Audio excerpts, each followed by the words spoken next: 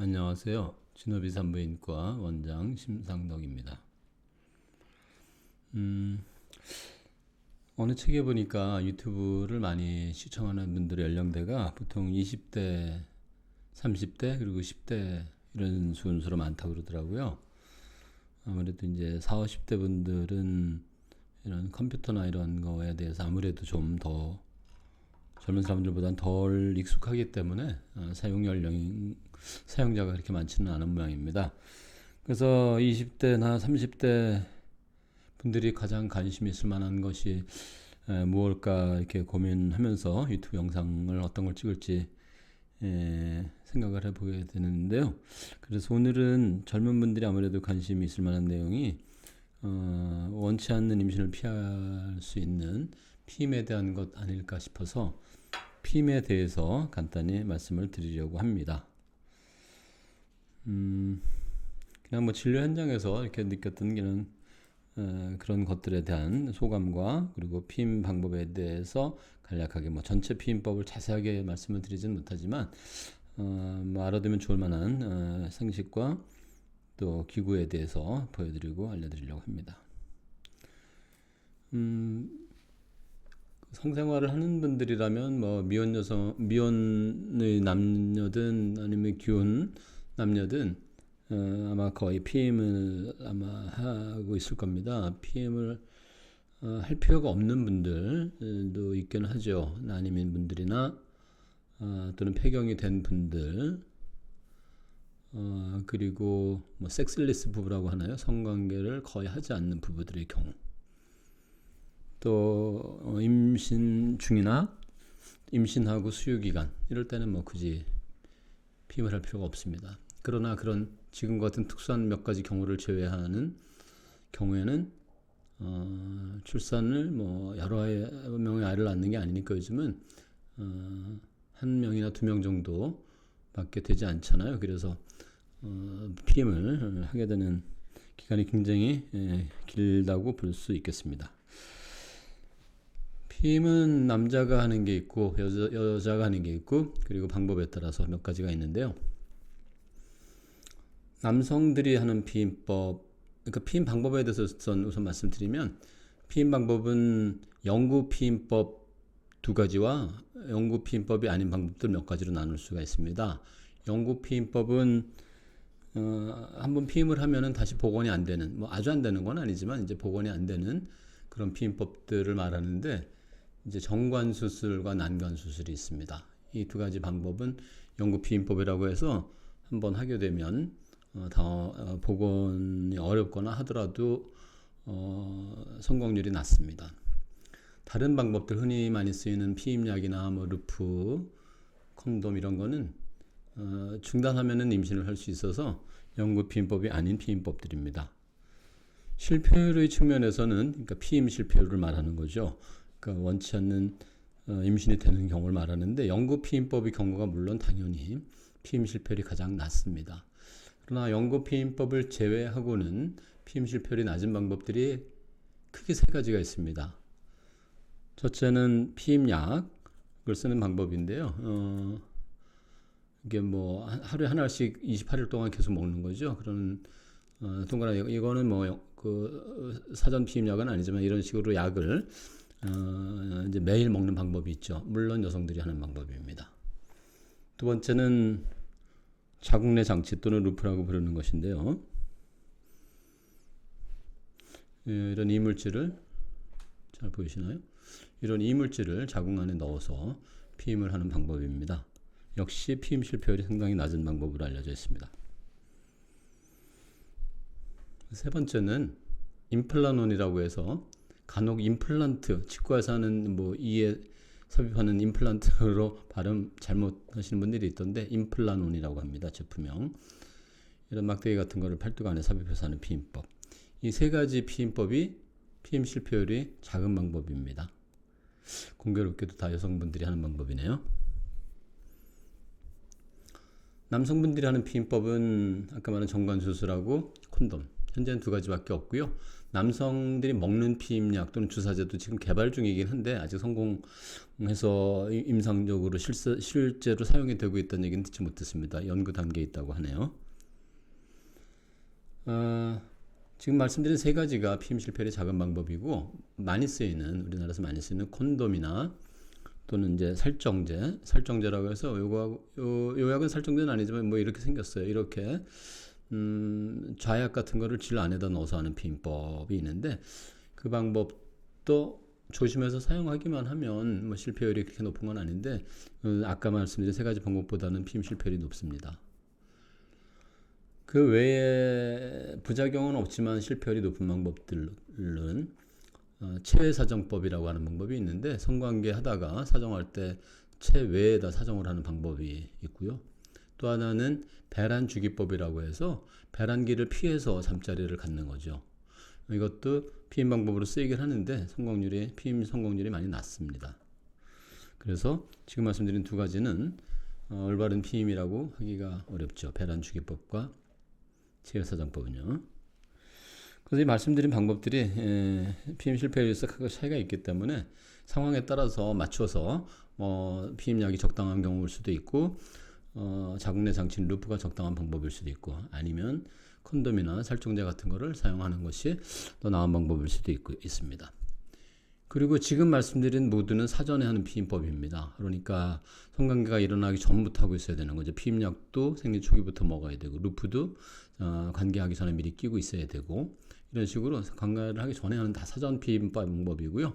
사후에 하는 방법, 응급 피임약이라고도 부르는데 사후에 하는 방법, 지금까지 말씀드린 건 전부 사전 피임법.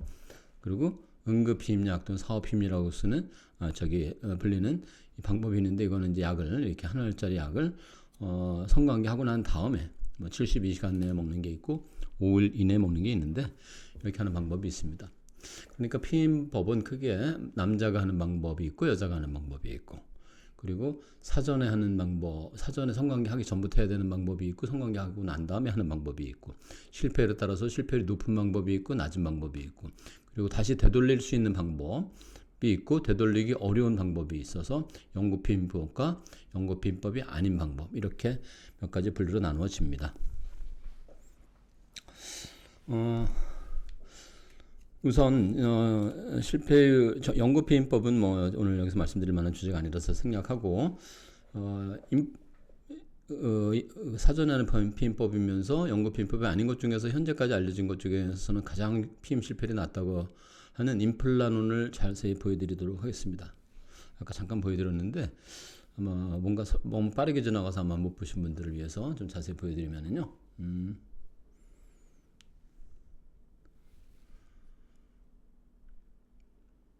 이렇게 생겼습니다. 실제 임플라논이라고 하는 겁니다. 손가락 한 2마디 정도 되겠네요. 손가락 2마디 정도. 얼핏 보면 성냥개피 대가리 떼어내고 성냥개피의 그 항인가요? 거기에 달려있는 대가리 부분 떼내는 성냥개피하고 상당히 비슷하게 생겼습니다. 뭐 부러진 이쑤시개 같기도 하고요. 이런 막대기 같은 거를 막대기 같이 생겼어요. 그렇지만 실제로는 이 안에 이제 이 피임을 배란을 억제하는 건데 이 방법은요. 이 막대기 같은 것을 이렇게 팔 안쪽에다 이렇게 삽입하는 겁니다. 주사 바늘 같은 걸 통해서 이렇게 자주 안 쓰면 왼쪽 팔을 이제 오른손잡이들은 보통 왼쪽 팔을 팔 안쪽에 피부 바로 밑으로 이런 걸 주사 바늘을 통해서 이렇게 찔러 넣는 겁니다. 뭐 통증이 있을 수 있기 때문에 여기 들어가는 부분에 국소 마취를 하고 이제 삽입을 하게 되죠. 한번 삽입을 해두면 3년 정도 효과가 유지되고 피임 실패율이 0.3% 정도로 알려져 있으니까 상당히 실패율이 낮은 방법이죠. 단점은 이제 비용이 30-40만 원 든다는 점하고 또 생리불순 때문에 잘 맞지 않아서 빼야 되는 분들이 있다는 거. 생리량이 상당히 줄어드는 피임법입니다. 그래서 이런 단점, 생리불순이 올 수 있다는 거, 비용이 많이 드는 방법이라는 점이 단점이라고 할 수 있겠죠.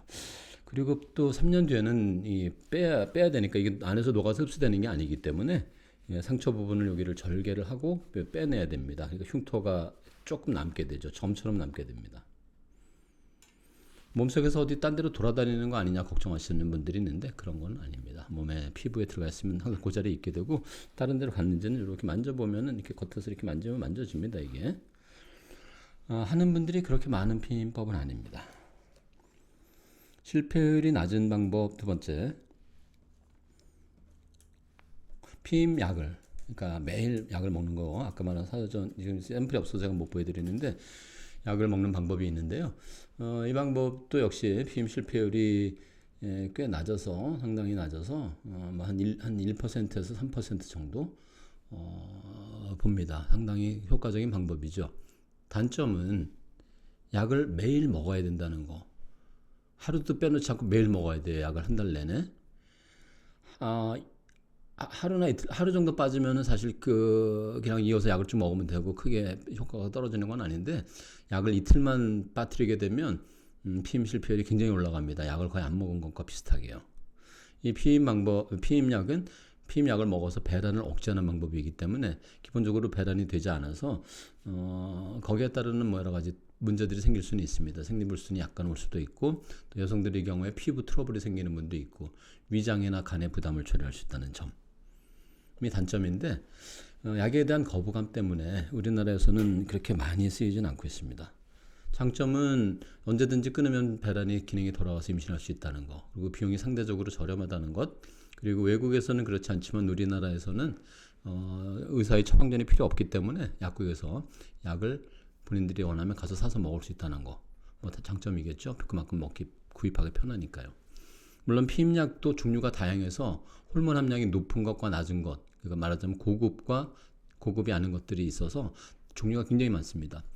일부 약품, 최근에 개발돼서 고급 호르몬 함량이 좀 낮게 되어 있어서 부작용이 덜한 약들은 병원에 와서 처방전을 받아야 구입이 가능한 약들도 있기는 합니다. 외국에서는 여성들이 하는 방법 중에 피임약을 쓰는 일이 상당히 높은데, 우리나라는 약 복용률이 굉장히 낮아서 피임 방법 중에 피임약이 차지하는 비율은 3%인가 그렇게 되는 걸로 알고 있습니다. 피임 실패율이 낮은 것 중에 세 번째는 루프라고 흔히 부르는, 루프라는 게 뭐죠? 왜 끈 같은 거 이런 걸 루프라고 그러잖아요. 루프. 그런 식으로 생겼기 때문에 루프라고 부릅니다. 맨 처음에 생긴 게 이렇게 립베스 루프라고 그래갖고 뭐가 생겼나? 지렁이 같이 생겼네? 이렇게 나온 게 최초에 나온 건데, 이렇게 루프라고 해서 그때 아마 이름이 붙었습니다. 정확한 이름은 자궁내 장치. 이런 루프를 이용한 피임 방법은 이 자궁 안에 모형을 보여드릴 텐데요. 자궁 안에다가, 자궁의 모형이에요. 발관이고 자궁 내부, 입구, 질 쪽인데요. 이 질을 통해서 이걸 안으로 이렇게 밀어서 자궁 안에다가 이렇게 밀어 넣는 방법입니다. 이렇게 이물질을 넣어놓기 때문에 자궁 안에다가 이물질에 의한 거부 반응으로 인해서 수정란이 착상이 되지 않는 피임법입니다. 이거는 아까 피임약하고 또는 임플란트과 다르게 배란을 억제하는 게 아니라 배란 과정에는 개입하지 않고 자궁 안에 공간을 차지함으로써 수정란이 착상이 못하도록 하는 그런 피임법입니다. 이거는 지금 보여드린 건 이거 아주 오래전에 쓰던 방법이고요. 요즘은 이제 이런 것보다는 좀 피임 효과도 높고 부작용이 좀 덜한 노바티라고 하는 것도 있고 카파티라는 것도 있고 여러 가지 종류가 있는데, 모양은 대동소이합니다. 이렇게 T자 같이 생겼는데 이렇게 보여드리면 되겠네요. 이렇게 T자 같이 생겨가지고요. 이렇게 생긴 거를 자궁 안에다 역시 마찬가지로 밀어넣는 겁니다. 이렇게 이 자리에다가. 비슷비슷하게 생긴 것들이 종류가 다양하게 있어요.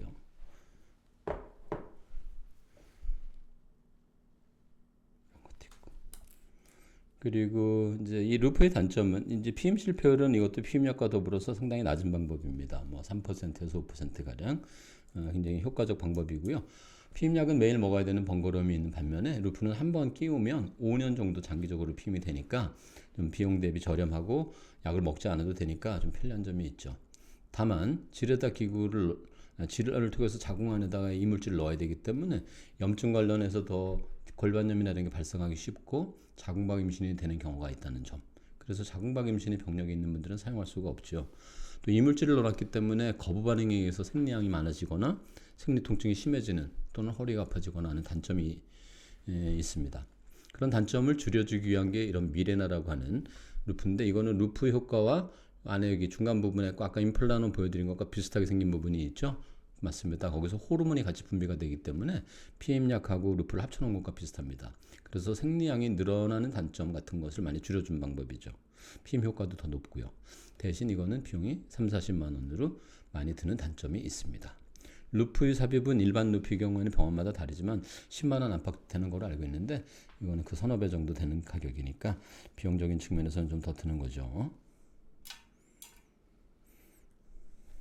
루프의 모양이 참 다양하게 생겼어요. 이렇게 생긴 것도 있고 좀 징그럽죠. 뺄 때도 상당히 앞 통증을 입고 사는 분들이 많습니다. 자, 지금까지 보여드리는 게 우리나라에서 많이 쓰인 루프고요. 이제 5년 뒤에는 이제 5년 뒤에 아니면 뭐 그 전에라도 임신을 원할 때 언제든지 빼면 임신을 할 수가 있게 되었습니다. 그리고 관심 있게 보신 분들은 아마 보셨을지 모르겠는데, 그게 끈이 달려 있죠. 끈이 이렇게 끈이 달려 있습니다. 모든 루프는 이렇게. 왜냐하면 나중에 빼내야 되니까 이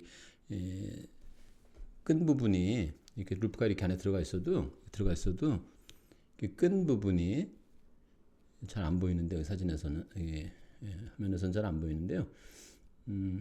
이 끈 부분이 이렇게 바깥 질적으로 이렇게 노출이, 이거 끈 부분이 질적으로 노출이 되도록 돼서, 여기에 끈 부분이 노출이 되도록 돼서 나중에 뺄 때 여기 끈을 잡아서 이렇게 쭉 잡아 빼면은 뺄 수가 있습니다. 이렇게 뺄 경우를 이제 위해서 이게 끈이 다 달려 있습니다. 이렇게 끈이.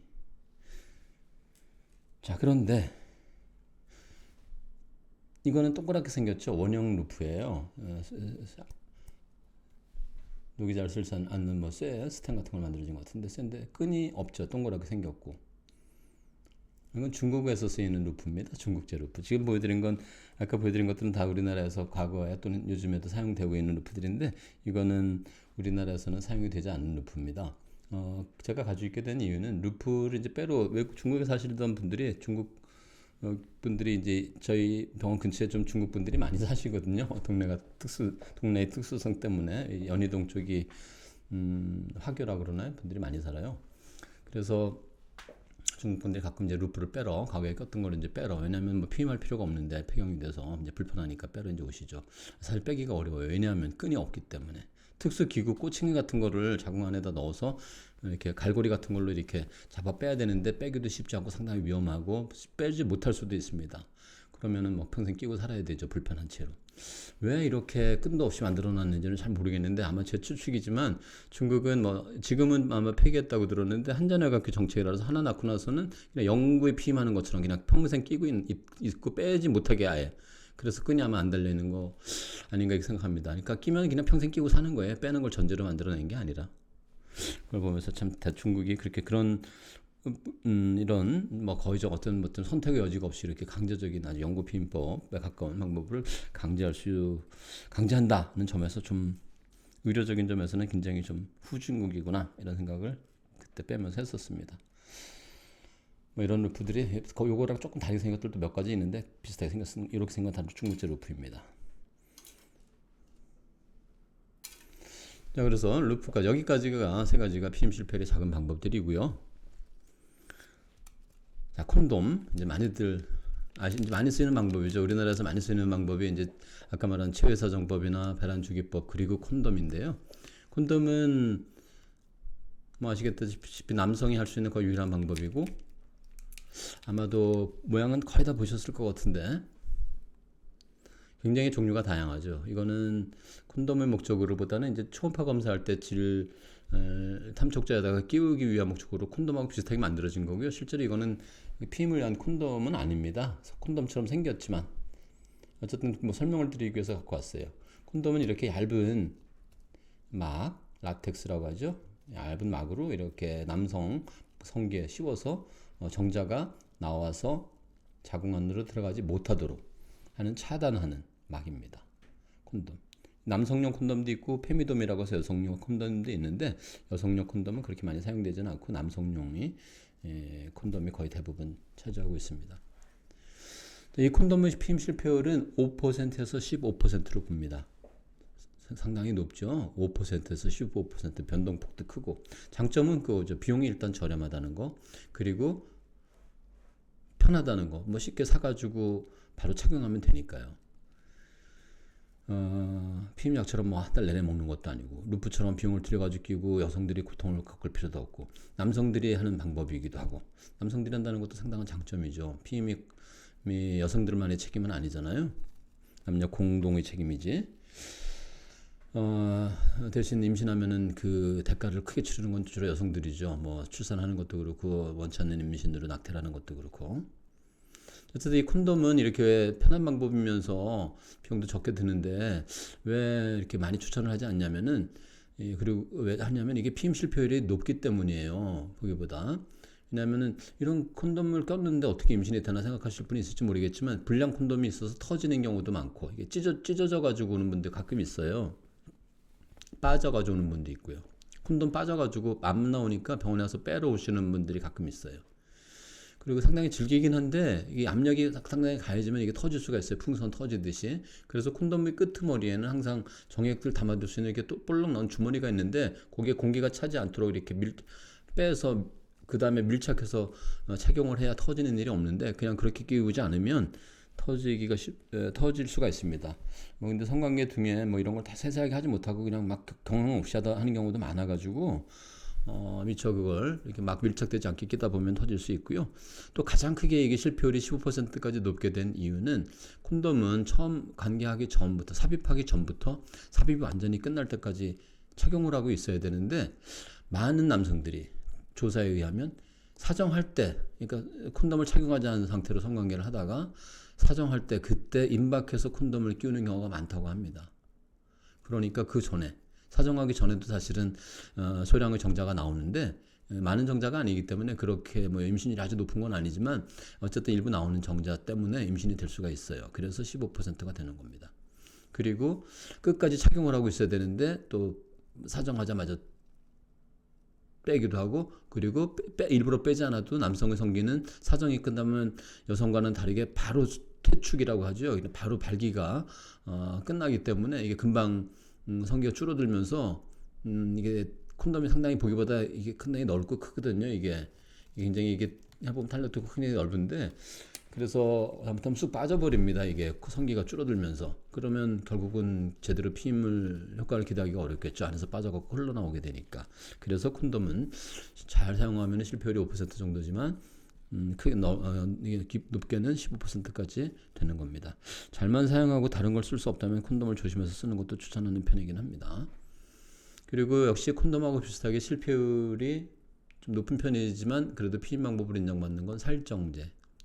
요약은 살정제는 아니라고 제가 말씀드렸죠. 근데 어쨌든 요것과 비슷하게 생겼어요. 이런 살정제를 여성의 질 안에 넣는 겁니다. 그런데 성관계하기 1시간 전에 넣어야 됩니다. 이게 왜냐면 녹아서 안에서 효과를 발휘하려면. 그러니까 성관계가 바로 직전에 넣어가지고는 효과가 많이 떨어지죠. 근데 1시간 전에 성관계를 예상하고 미리 넣기가 현실적으로 사실 쉽지 않습니다. 뭐 성관계라는 게 우발적으로 일어나는 경우도 있고, 또 1시간 전에 미리 이런 걸 넣는다는 행위 자체도 번거롭고, 뭐 그런 점 때문에 사용이 그렇게 많이 되고 있지는 않습니다. 살정제는. 이것도 콘돔하고 마찬가지로 저렴하고 쉽게 구입을 할 수 있고, 할 때만 잠깐 쓸 수 있기 때문에 편하다는 장점은 있습니다. 실패율 콘돔과 마찬가지로 뭐 10%, 15% 정도 보고 있습니다.